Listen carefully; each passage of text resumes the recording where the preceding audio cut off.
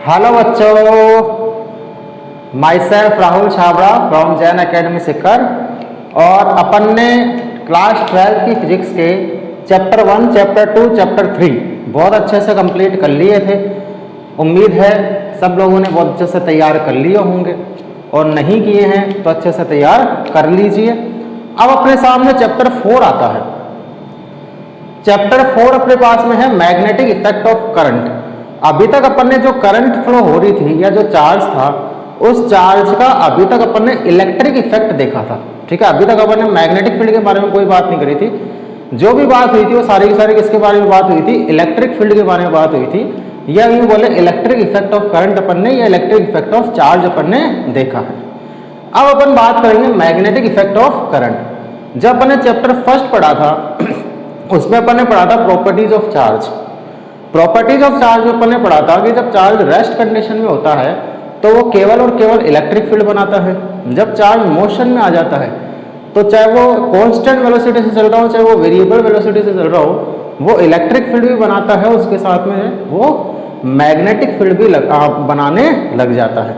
तो electric field में जो किसी चार्ज पे फोर्स लगता है उसको अपन नाम देते हैं इलेक्ट्रिक फोर्स, और मैग्नेटिक फील्ड में यदि किसी चार्ज पे फोर्स लगता है उसको अपन नाम देंगे मैग्नेटिक फोर्स। ठीक है, तो ये सब चीजें तो आगे की बात है। पहले अपन को ये देखना है कि यदि चार्ज मोशन में आ गया, जैसे ही ये वायर होगा, इस वायर में चार्ज रेस्ट में है, ठीक है, यहाँ रखा हुआ है, मोशन में नहीं है, तो इसके चारों तरफ कोई मैग्नेटिक फील्ड जनरेट नहीं हो रहा। जैसे इस वायर में करंट फ्लो होने लग जाती है तो इसके चारों तरफ मैग्नेटिक फील्ड जो है वो जनरेट होने लग जाता है। ठीक है, तो इसी चीज को अपन को प्रूव करना था कि ऐसा होता है या नहीं होता है। तो इसके लिए ओरेस्टेड ने एक एक्सपेरिमेंट किया। ओरेस्टेड ने क्या एक्सपेरिमेंट किया? ओरेस्टेड ने ये बताया कि किसी भी वायर में यदि करंट फ्लो होती है तो उसके चारों तरफ जो है वो मैग्नेटिक फील्ड जनरेट होता है। ये बताया किसने था? ओरेस्टेड ने। कैसे?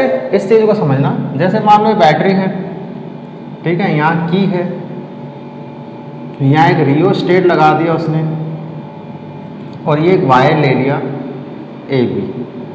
ठीक है, ये वायर अपन ने लिया ए बी प्लस माइनस, मान लो ई वोल्ट की वी वोल्ट की बैटरी है, ये रियोस्टेट और ये की है, और इसके नीचे इसने क्या रखा?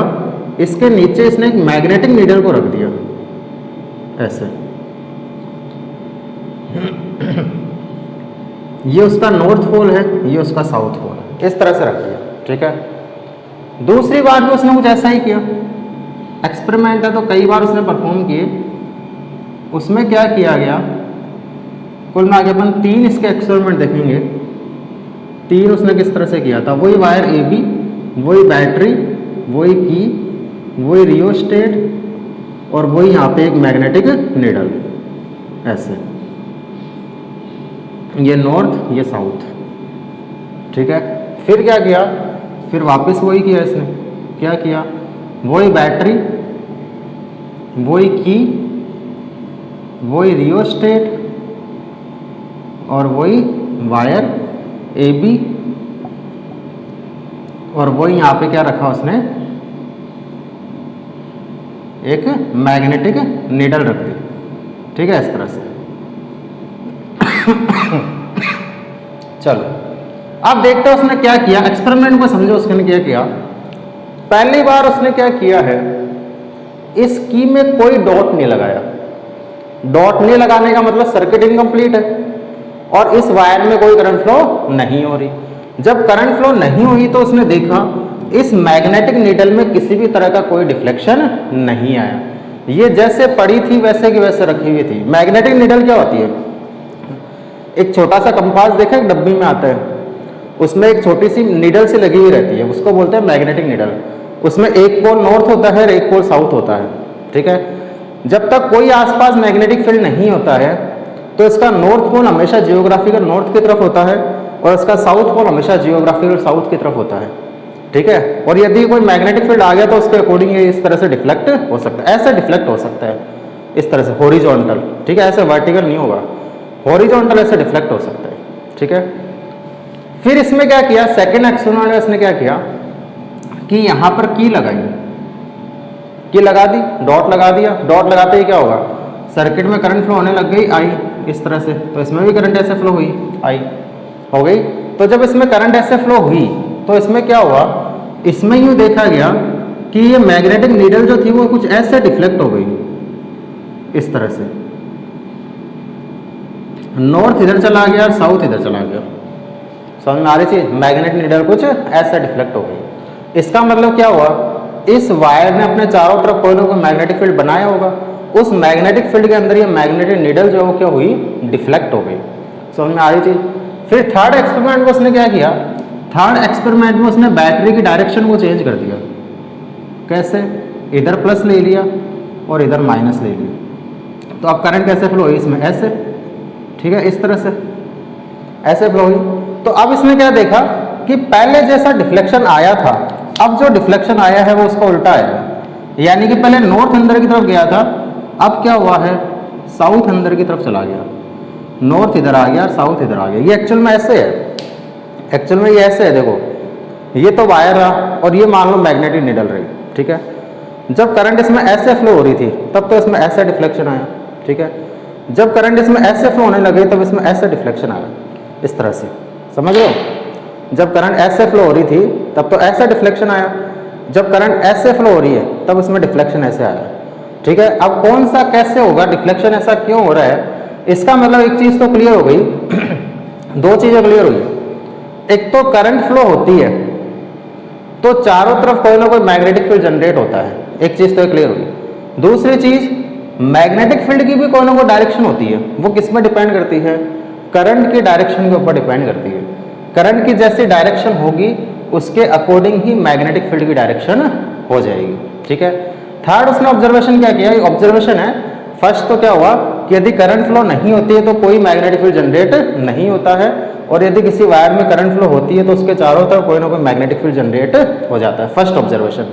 सेकंड कि deflection in the magnetic needle, deflection in the magnetic needle depends upon the direction of the current, ठीक है। करंट की डायरेक्शन के ऊपर मैग्नेटिक नीडल में डिफ्लेक्शन डिपेंड करता है, ठीक है। थर्ड उसने क्या देखा कि या तो वायर में करंट की डायरेक्शन, करंट की वैल्यू को बढ़ा दो, ठीक है, या फिर इस मैग्नेटिक नीडल को इसके पास में ले आओ, ठीक है। या तो इस वायर में करंट बढ़ा दो या मैग्नेटिक नीडल को थोड़ा इसके पास में ले आओ। तो यदि ऐसा हो जाता है तो इसमें तेजी से डिफ्लेक्शन आता है, समझ में आ रही चीज, स्पीडली इसमें डिफ्लेक्शन आना शुरू हो जाता है। तो इसका मतलब ये हो गया कि एक तो मैग्नेटिक करंट को बढ़ाने पर, ठीक है, सॉरी, करंट को बढ़ाने पर डिफ्लेक्शन तेजी से आ रहा है, इसका मतलब मैग्नेटिक फील्ड बढ़ रहा है। या फिर इसके पास में जाते जाओगे, इस वायर के पास में जाते जाओगे तो भी तेजी से डिफ्लेक्शन आ रहा है, इसका मतलब इस वायर के पास में मैग्नेटिक फील्ड क्या है, बहुत ज़्यादा है, ठीक है। इसका मतलब डिस्टेंस बढ़ती जाएगी तो मैग्नेटिक फील्ड कम होता जाएगा, और करंट भी यदि कम होती जाती है तो भी मैग्नेटिक फील्ड जो है वो कम होता जाता है। तो कुल मिला के ओरेस्टेड ने अपने एक्सपेरिमेंट में 4 ऑब्जर्वेशन निकाले, कौन कौन से, करंट फ्लो नहीं होगी तो मैग्नेटिक फील्ड जनरेट नहीं होगा, करंट फ्लो होगी तो मैग्नेटिक फील्ड जनरेट होता है, ठीक है। सेकेंड, मैग्नेटिक फील्ड की जो डायरेक्शन है वो डिपेंड करती है करंट की डायरेक्शन पर, ठीक है। थर्ड कि यदि इसके पास में ले आए या करंट के मैग्नीट्यूड बढ़ा दें तो उस कंडीशन में इसमें डिफ्लेक्शन तेजी से होता है, इसका मतलब मैग्नेटिक फील्ड जो है वो करंट के डायरेक्टली प्रोपोर्शनल होती है और डिस्टेंस के इन्वर्सली प्रोपोर्शनल होती है, ठीक है। तो ये कुछ ऑब्जर्वेशन निकल के आए ओरेस्टेड ने अपने एक्सपेरिमेंट से। अब नेक्स्ट देखते हैं, नेक्स्ट इसमें कुछ लॉज है, कुछ रूल्स है मैग्नेटिक फील्ड की डायरेक्शन को निकालने के, ठीक है। तो उनको और देख लेते हैं उसमें क्या।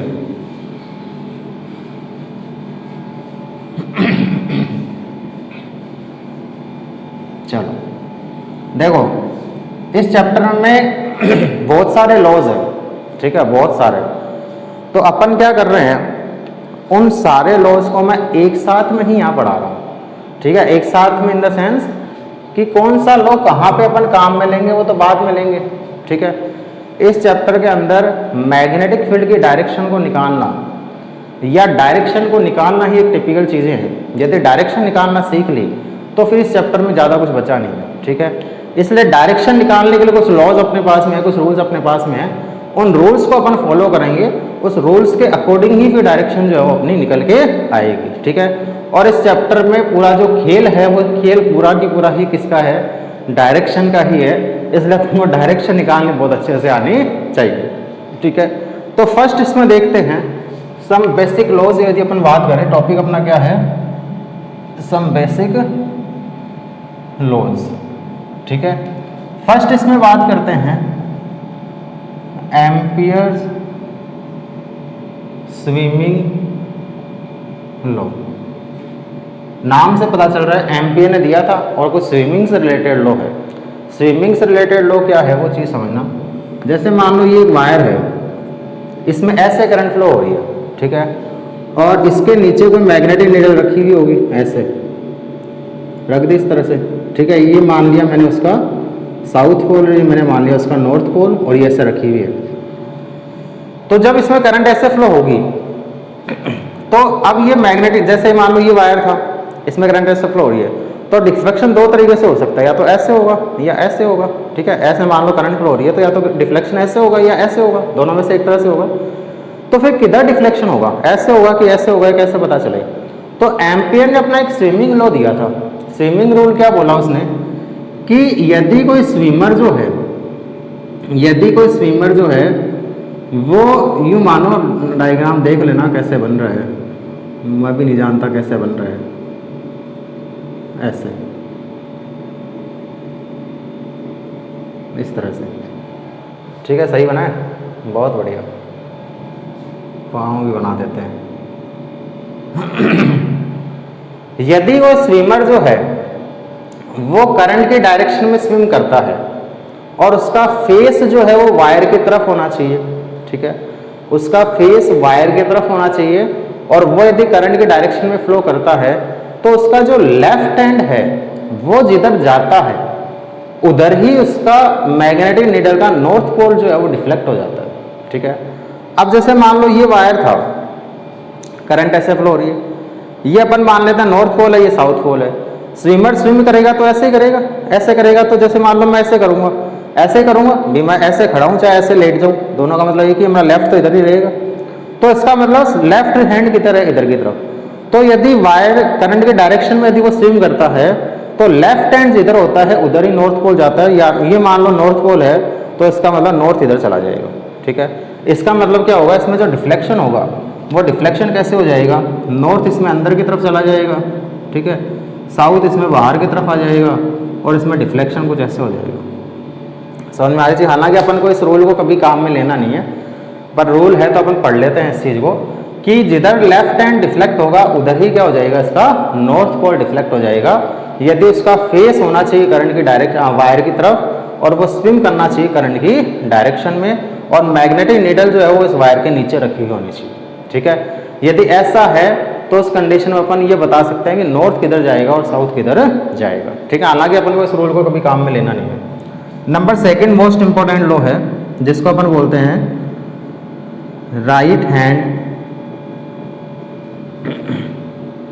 Thumb rule.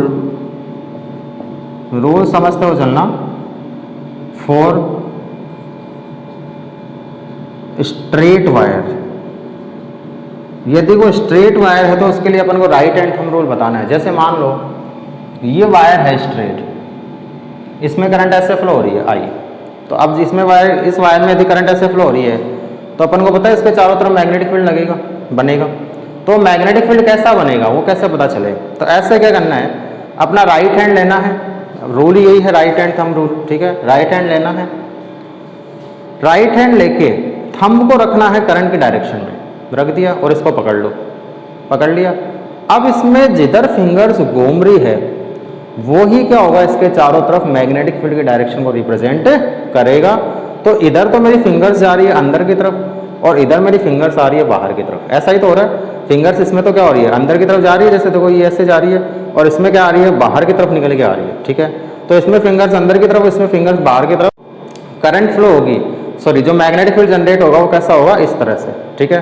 तो इधर वाले पॉइंट्स पे तो अंदर की तरफ और इधर वाले पॉइंट्स पे बाहर की तरफ। तो इधर वाले पॉइंट्स पे अंदर की तरफ मैग्नेटिक फील्ड को दिखाते हैं डॉट क्रॉस से, और बाहर की तरफ जो मैग्नेटिक फील्ड होता है उसको दिखाते हैं डॉट से, ठीक है। ये ध्यान रखना है कि परपेंडिकुलर इनसाइड डायरेक्शन में जो मैग्नेटिक फील्ड होता है वो तो क्रॉस से आता है, और परपेंडिकुलर आउटसाइड डायरेक्शन में जो मैग्नेटिक फील्ड होता है वो किससे आता है, डॉट से आता है।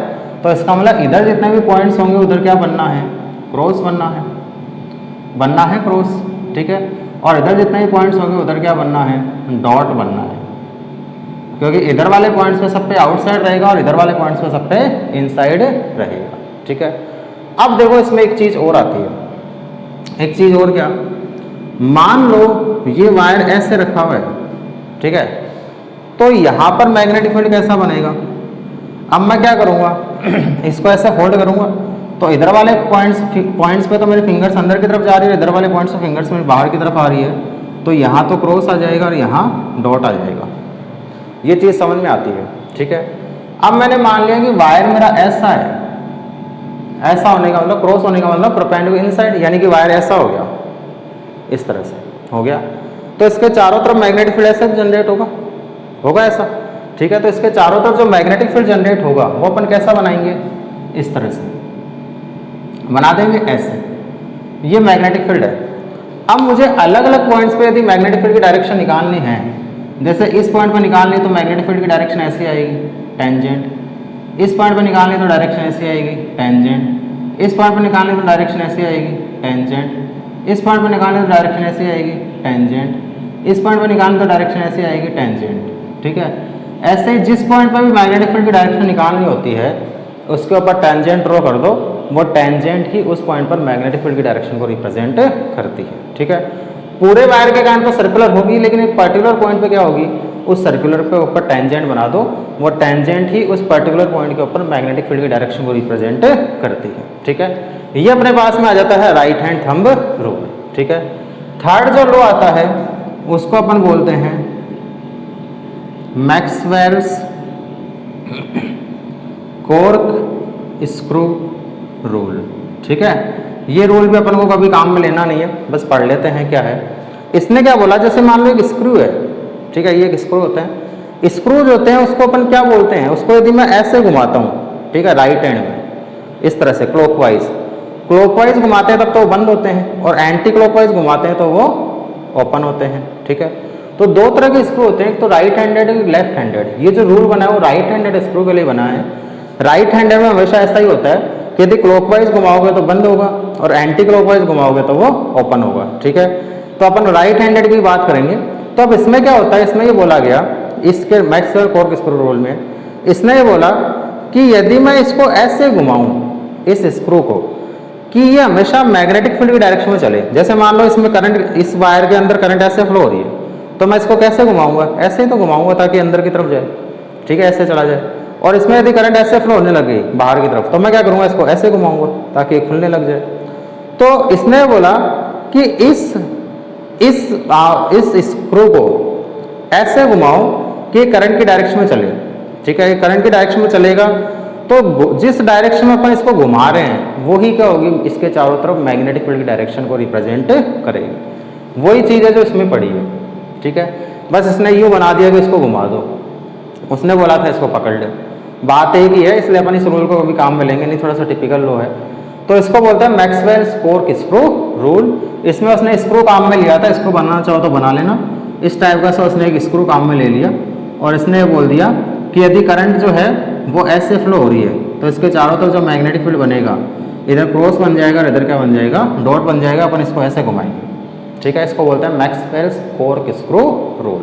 ठीक है, तो 3 लॉ अपने सामने हो गए। फोर्थ लॉ और देखो फोर्थ लॉ जो है इसको बोलते हैं क्लॉक रूल। अब क्लॉक रूल क्या होता है, देखो अभी तक अपन स्ट्रेट वायर की बात कर रहे थे सब में, कि ये वायर स्ट्रेट था, ये वायर स्ट्रेट था, ये वायर जो था वो कैसा था, स्ट्रेट था, उसके चारों तरफ मैग्नेटिक फील्ड कैसा बन रहा था, सर्कुलर। तो स्ट्रेट वायर होता है तो मैग्नेटिक फील्ड कैसा बनता है, सर्कुलर। ठीक है, अब यदि मान लो वायर ही अपना सर्कुलर हो सकता है, सर्कुलर वायर होते हैं। ठीक है, वायर यदि सर्कुलर हो, मान लो इसमें करंट ऐसे फ्लो हो रही है और इसमें करंट मान लो ऐसे फ्लो हो रही है, तो फिर मैग्नेटिक फील्ड किधर होगा। ठीक है, इसको बोलते हैं क्लॉक रूल। ठीक है, इसमें क्या आएगा, अब उल्टा कर दो। इसमें तो अपन ये बोल रहे थे कि थंब को करंट की डायरेक्शन में रखो तो इसके चारों तरफ जो फिंगर्स है वो किसको बताती है, मैग्नेटिक फील्ड को बताती है। अब उल्टा कर दो, अब फिंगर्स को तो करंट की डायरेक्शन में रखो, फिंगर्स को करंट की डायरेक्शन में फोल्ड कर दो, तो जो थंब बताता है वो थंब यहाँ पर मैग्नेटिक फील्ड की डायरेक्शन को रिप्रेजेंट करता है। तो इसमें थंब किधर आ रहा है, आउटसाइड में, तो मैग्नेटिक फील्ड में क्या बना दिया अपन ने, डॉट बना दिया। इसमें देखेंगे तो मैं फिंगर्स को ऐसे फोल्ड करूंगा, ऐसे फोल्ड करूंगा तो थंब किधर जा रहा है, अंदर की तरफ, अंदर की तरफ जा रहा है, इसका मतलब मैग्नेटिक फील्ड कैसा होगा, परपेंडिकुलर इनसाइड डायरेक्शन। एक चीज तो ये। दूसरी चीज क्या होती है, यदि किसी वायर में, सर्कुलर वायर में करंट फ्लो होती है तो वो एज ए मैग्नेट बिहेव करती है। एज ए मैग्नेट बिहेव करती है तो उसका एक पोल तो नॉर्थ पोल हो जाता है और एक पोल उसका साउथ पोल हो जाता है। तो अब कौन सा नॉर्थ पोल हो जाएगा, कौन सा साउथ पोल हो जाएगा, कैसे पता चले? तो इसमें देखो, इसको यदि मैं ऐसा बना दूं, ठीक है, इसको यदि मैं ऐसा बना दूं, समझना इस चीज को, ऐसा नहीं, इसको समझना, इसमें करंट एंटी क्लॉकवाइज डायरेक्शन में फ्लो हो रही है। एंटी क्लॉकवाइज डायरेक्शन में यदि इसमें करंट फ्लो हो रही है तो उस कंडीशन में अपन क्या करेंगे, इसको कुछ ऐसा बनाएंगे, इस तरह से। एन बनाते हो, एन, एन कैसे बनता है, इस तरह से, ऐसे ही बनता है एन, ठीक है, एन बन रहा है। तो इसका मतलब यदि एंटी क्लॉकवाइज डायरेक्शन में करंट फ्लो हो रही है तो देखो एन जो है वो एन इसको रिप्रेजेंट करता है। सामने वाला हिस्सा कौन सा होगा, एन, और पीछे वाला कौन सा होगा, एस। यदि करंट एंटी क्लॉकवाइज डायरेक्शन में फ्लो होती है तो अपन को एन बनाई देता है या एन दिखाई देता है, और करंट यदि क्लॉकवाइज डायरेक्शन में फ्लो होती है तो अपन को क्या दिखाई देगा, एस दिखाई देगा। समझ में आ रही चीज, ये एस बनाएगा, ठीक है।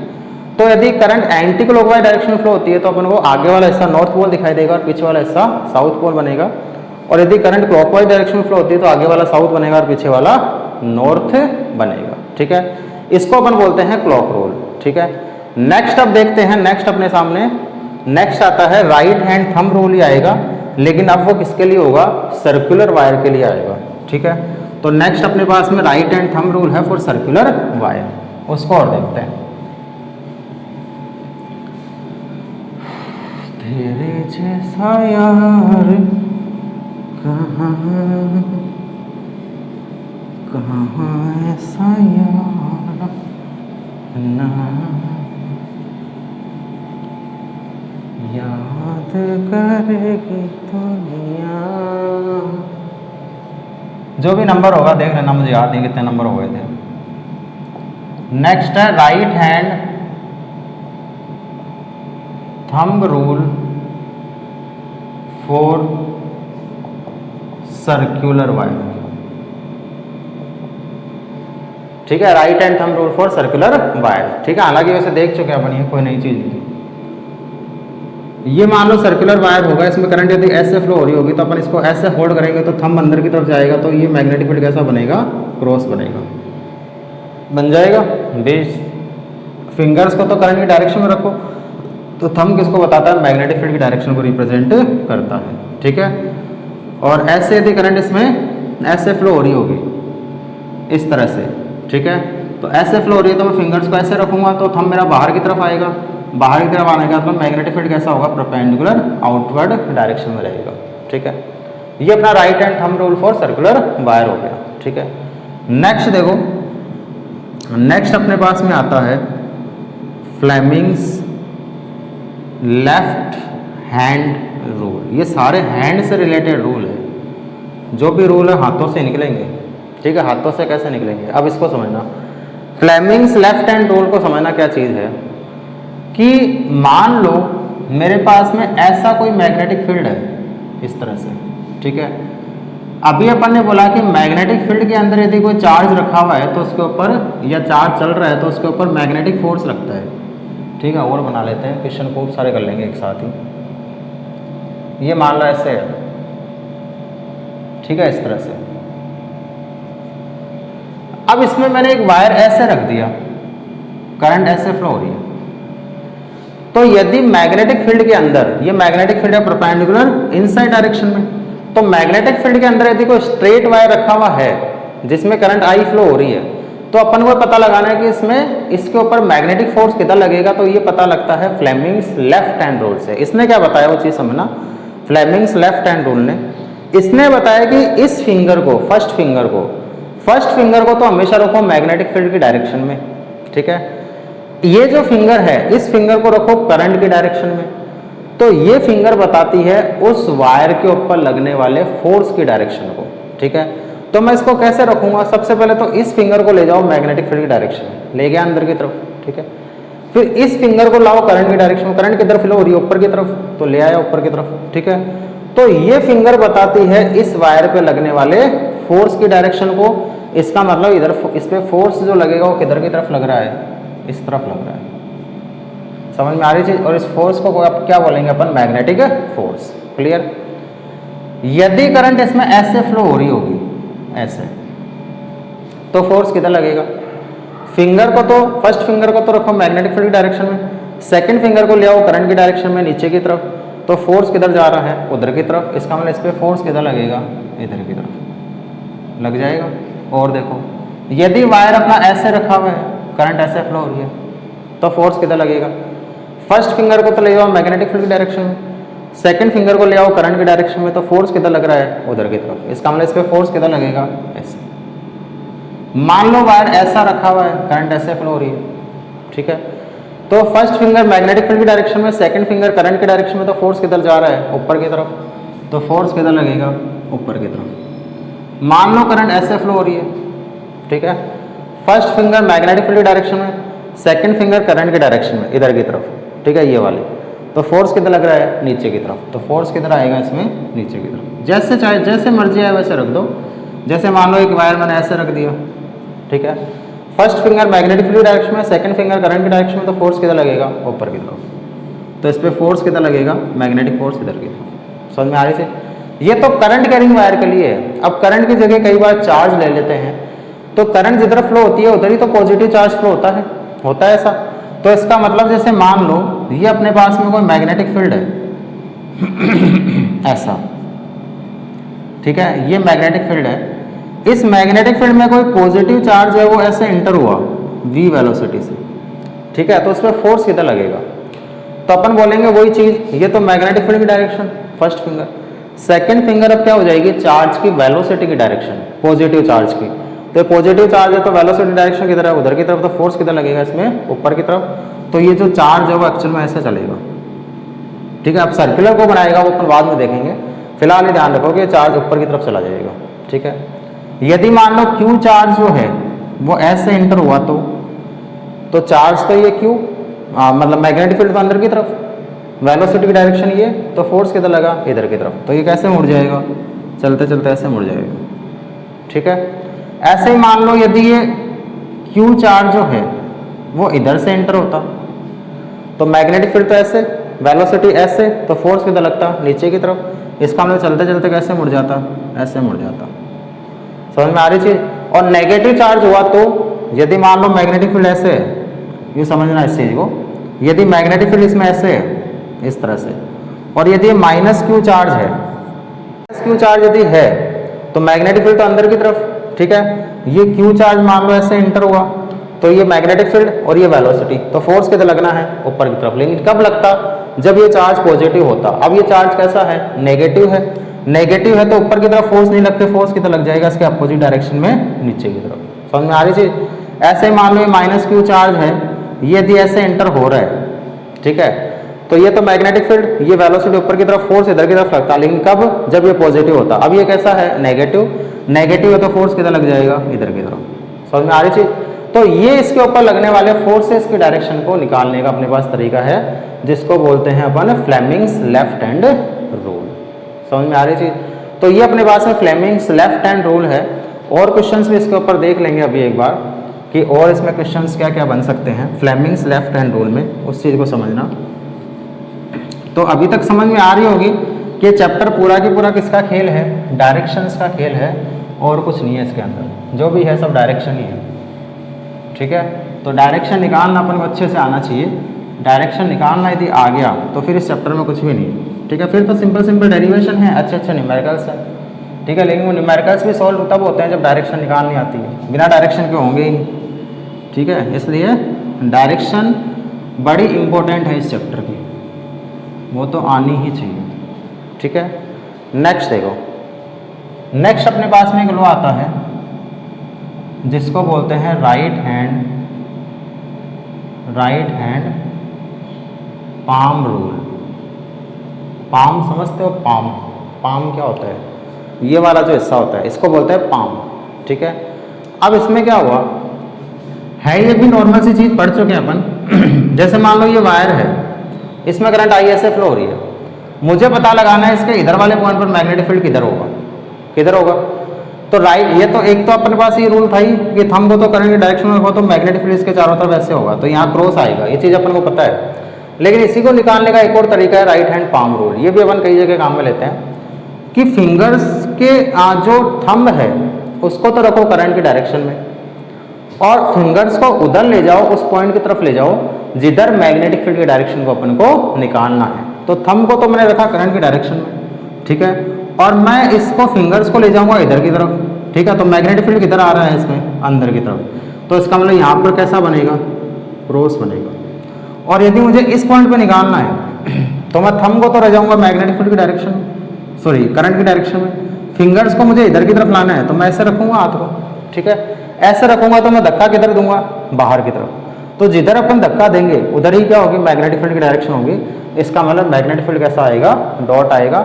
इसमें अपन धक्का किधर देंगे, अंदर की तरफ, इसमें धक्का अंदर की तरफ लगेगा तो मैग्नेटिक फील्ड भी कैसा होगा, अंदर की तरफ, ठीक है। अब ये रूल यहाँ तो सही से समझ में आता है, ठीक है। इस रूल को अपन काम में कहाँ लेंगे वो भी बता देता हूँ ताकि थोड़ा सा और क्लियरिटी आ जाएगी, ठीक है, क्योंकि आगे दिक्कत नहीं हो।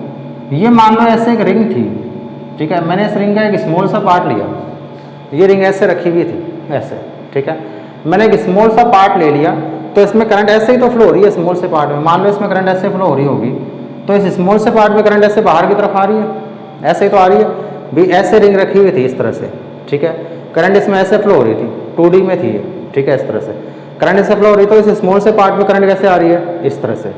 तो अपन को निकालना है कि इसके सेंटर से इस पॉइंट के ऊपर इस स्मॉल पार्ट के कारण मैग्नेटिक फील्ड की डायरेक्शन किधर होगी, किधर होगी, इस स्मॉल पार्ट के कारण इस पॉइंट पर मैग्नेटिक फील्ड की डायरेक्शन किधर होगी।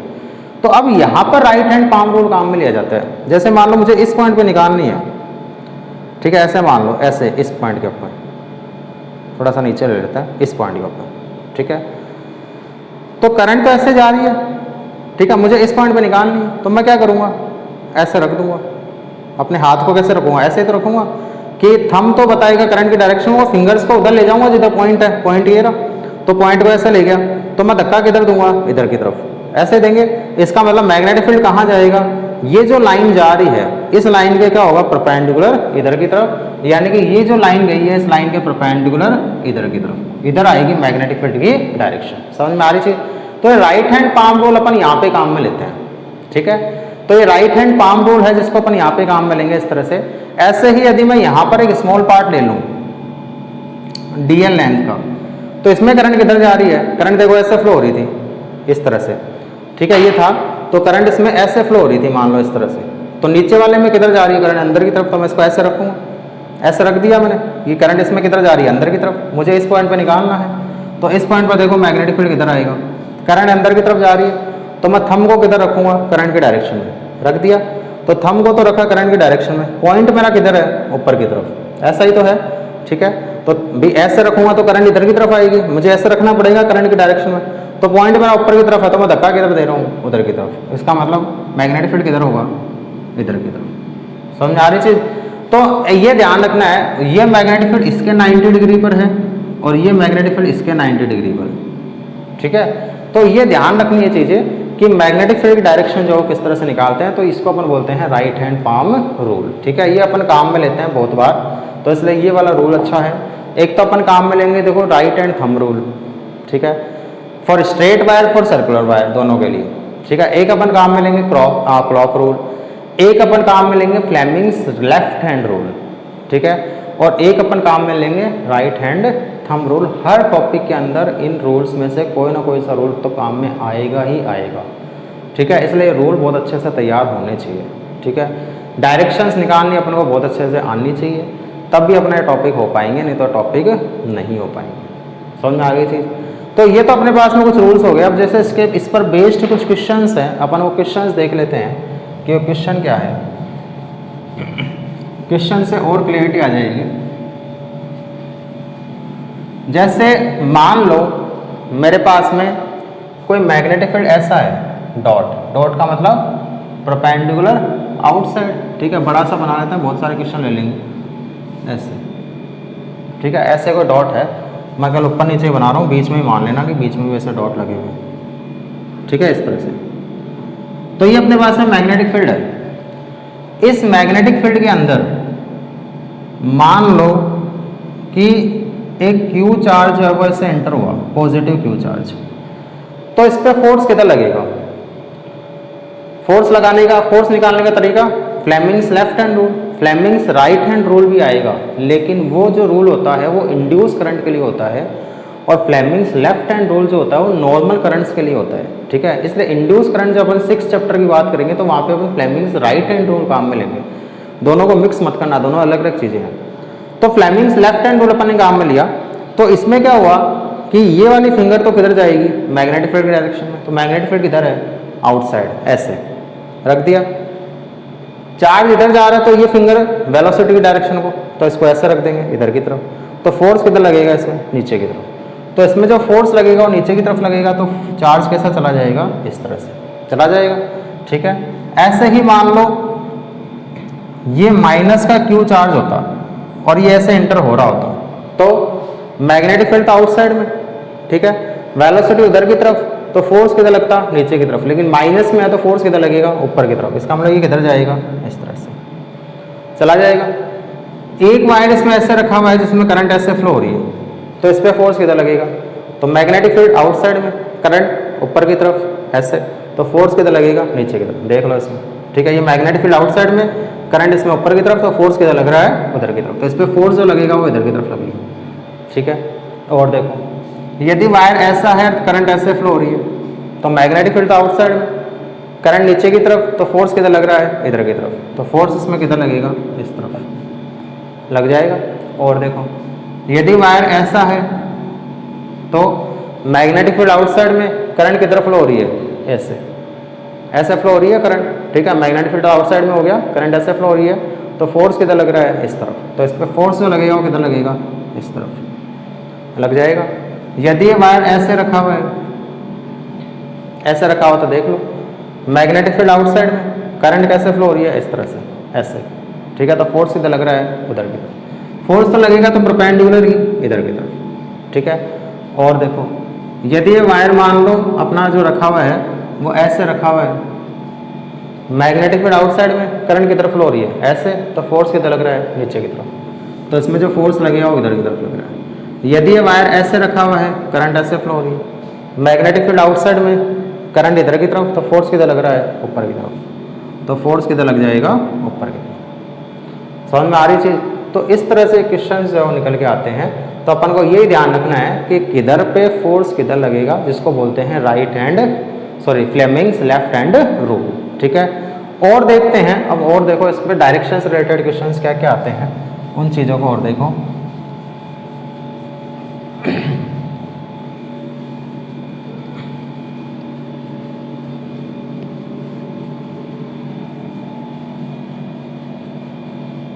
चलिए नेक्स्ट देखते हैं। जैसे मान लो मेरे पास में ऐसा कोई, ऐसी कोई रोड है, ठीक है, इस तरह से ऐसे, और उसमें वायर्स मैंने ऐसे लपेटे हैं इस तरह से, ऐसे ऐसे, ठीक है।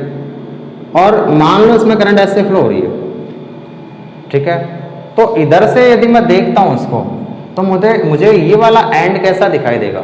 सर्कुलर वायर है, सर्कुलर वायर है तो एक नॉर्थ बनेगा और एक साउथ बनेगा।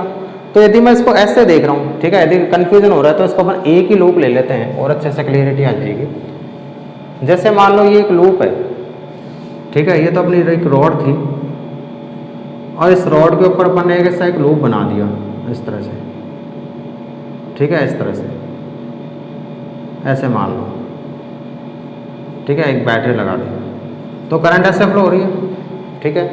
तो अब अपन को ये देखना है कि जब मैं इधर से देखता हूँ तो मुझे इसका कौन सा एंड नॉर्थ दिखाई देगा, कौन सा एंड साउथ दिखाई देगा। तो करंट इसमें तो कैसे फ्लो हो रही है? ऐसे फ्लो हो रही है ऐसे। और अपन ने बोला था मुझे करंट कैसे दिखाई देगी, क्लॉकवाइज या एंटी क्लॉकवाइज? Anti clockwise. ऐसे तो दिखाई देगी भाई, ऐसे दिखाई देगी मुझे करंट, तो ऐसे दिखाई देगी तो एंटी क्लॉकवाइज है। एंटी क्लॉकवाइज है तो अपन ने बोला था कि जब एंटी क्लॉकवाइज होता है तब क्या बनता है, नॉर्थ बनता है। ऐसा ही तो बनता था। इसका मतलब इधर वाला एंड तो क्या दिखाई देगा, नॉर्थ, और इधर वाला क्या हो जाएगा, साउथ। और मैग्नेटिक फील्ड किधर होता है, नॉर्थ से साउथ की तरफ या साउथ से नॉर्थ की तरफ। इसको ऐसे होल्ड करेंगे तो मैग्नेटिक फील्ड निकालने का तरीका राइट हैंड थंब रूल। तो फिंगर्स को तो रखेंगे करंट की डायरेक्शन में, और जो थंब आएगा वो बताएगा मैग्नेटिक फील्ड की डायरेक्शन को। तो मैग्नेटिक फील्ड किधर आएगा इसमें, इधर की तरफ। समझ में आ रही चीज। तो इस तरह से इसमें क्वेश्चन ये बनते हैं, ठीक है। तो इसमें कई बार ये पूछा जाता है कि इसमें डायरेक्शन किधर की तरफ आएगी, ठीक है। कई बार इसमें एक क्वेश्चन ऐसा आता है, समझना इस चीज को, ये कैपेसिटर है, ठीक है, और ऐसा अपन ने बना दिया, ठीक है, बना दिया। एक कैपेसिटर की दो प्लेटें हैं और एक वायर से इसको कनेक्ट कर दिया, और वायर से जब कनेक्ट कर दिया इसको, और मैं इसको इधर से देख रहा हूँ ऐसे, ठीक है, और मैं इसको इधर से देख रहा हूँ, तो इसमें ये पूछा जाता है कि मान लो इसको, ठीक है, इधर से देखने पे इसको मैंने किसी मैग्नेटिक फील्ड के अंदर रख दिया, परपेंडिकुलर इनसाइड डायरेक्शन में ऐसे, ठीक है। जब इसको मैंने ऐसे रख दिया और इसमें करंट यदि ऐसे फ्लो हो रही है इस तरह से, ठीक है, तो इसमें कौन सा तो पॉजिटिवली चार्ज हो जाएगा, कौन सा नेगेटिवली चार्ज हो जाएगा। जब इसमें करंट ऐसे फ्लो हो रही है, तो करंट जब इसमें ऐसे फ्लो हो रही है तो नीचे की तरफ कौन सा चार्ज आ रहा होगा, पॉजिटिव। तो ये प्लेट तो कैसी हो जाएगी, पॉजिटिव, और ये प्लेट कैसी हो जाएगी, नेगेटिव। समझ में आ रही थी, ठीक है। तो इस तरह से इसके अंदर क्वेश्चंस निकल के आते हैं। तो ये सब कुछ क्वेश्चंस अपने सामने हैं जो इस रूल से निकल के आते हैं। तो अपने ये जो बेसिक रूल्स थे वो सारे कंप्लीट हो गए हैं, इन रूल्स में अपना कुछ भी नहीं रहा है। अब इस चैप्टर के अंदर मेजर चीज़ें क्या है, एक तो बायो सावर्ट लॉ है और उसकी एप्लीकेशन है, एक एम्पियर सर्कुलर लॉ है और उसकी एप्लीकेशन है, ठीक है। फिर अपन फोर्स के और टॉर्क के बारे में पढ़ेंगे, उसके बाद में अपन गैल्वेनोमीटर, एमीटर, वोल्टमीटर उसके बारे में पढ़ेंगे। तो मेजर चीज़ें इसके अंदर ये है। बाकी अपना चैप्टर जो है वो फुल स्विंग में चलता रहेगा। तो ऐसे ही इसको तैयार करते रहो। कोई डाउट है तो मुझसे पूछ लेना किसी भी तरह का, और साथ ही साथ मज़े करते रहो।